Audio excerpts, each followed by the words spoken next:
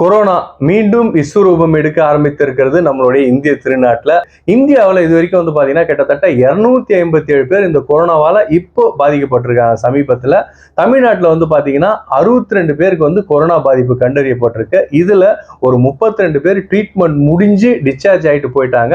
So மருத்துவர்கள் சொல்லக்கூடிய காரணம் என்னன்னா, இப்போ இருக்கிற ஒமைக்ரான் கொரோனாவோட அந்த பாதிப்புன்றது ரொம்ப கம்மியாக இருக்கு. ஆனால் அதோட தொற்றுத்தன்மை, அதோட பரவும் தன்மை பார்த்தீங்கன்னா ரொம்ப அதிகமா இருக்கு. சமீபத்துல கேரளாவில் நேத்து பாத்தீங்கன்னா இந்த கொரோனாவால 2 பேர் இறந்திருக்காங்க.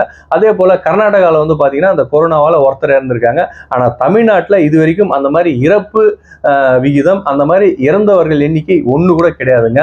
இந்த கொரோனாவிலிருந்து நம்ம பாதுகாத்து கொள்ள வேண்டியது என்ன அப்படின்னு பாத்தீங்கன்னா, ஏற்கனவே நம்ம 2 கொரோனா அலையை எதிர்த்து நம்ம வாழ்ந்துகிட்டு இருக்கோம்.